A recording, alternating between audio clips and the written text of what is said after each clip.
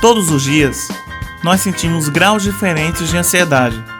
Você espera o resultado daquela prova muito difícil, quando você tem um encontro importante marcado com alguém, na expectativa antes de uma entrevista de emprego, entre outras situações. Todas essas situações envolvem ansiedade.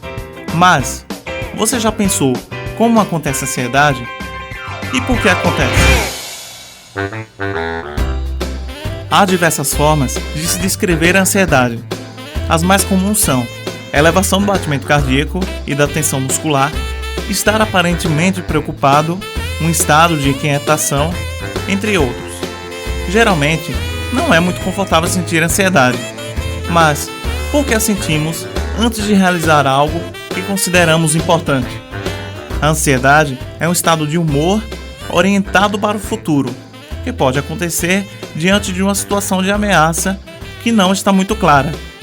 As reações de ansiedade, quando imediatas, são definidas como reações de luta-fuga.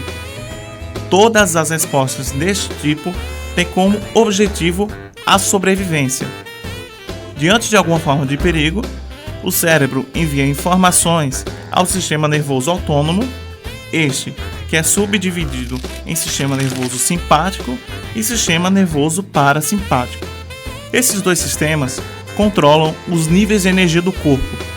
O sistema nervoso simpático irá liberar energia, preparando o corpo para a ação, e o sistema nervoso parasimpático fará com que seu corpo volte ao normal. O sistema nervoso simpático irá liberar duas substâncias, adrenalina e noradrenalina. Elas, neste caso, têm a função de manter o estado de ansiedade durante um certo tempo. O sistema nervoso parasimpático irá impedir com que a ansiedade aconteça como uma espiral. Além disso, geralmente as substâncias liberadas pelo sistema nervoso simpático levam algum tempo para ser destruídas, mesmo após esse sistema não estar mais em ação.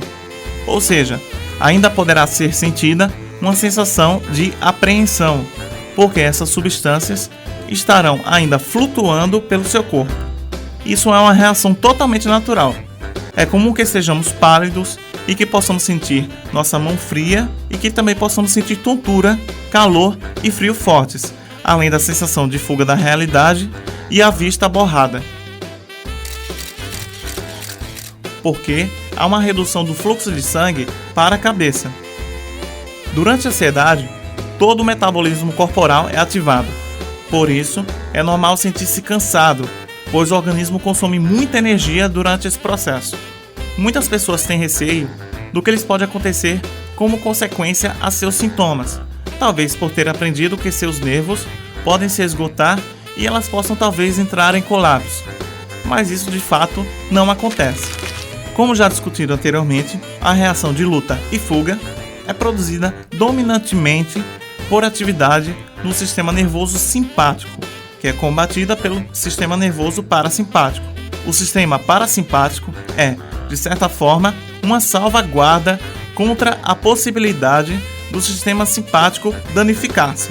A pior coisa que poderia acontecer durante um ataque de ansiedade seria que a pessoa poderia desmaiar, sendo que, se isso acontecesse, o sistema nervoso simpático interromperia sua atividade e a pessoa recuperaria seus sentidos em poucos segundos. Contudo, desmaiar em consequência da reação de luta e fuga é extremamente raro, mas, se isso acontecer, é um modo adaptativo de impedir que o sistema nervoso simpático fique fora de controle. É importante destacar que a ansiedade, enquanto reação natural do organismo, é importante, pois é necessária a nossa sobrevivência. Porém, se essa ansiedade está causando algum prejuízo à sua rotina de atividades, ao seu convívio social ou à sua saúde emocional, talvez seja o momento de você procurar uma psicoterapia. Assim, você poderá aprender a se adaptar e viver melhor.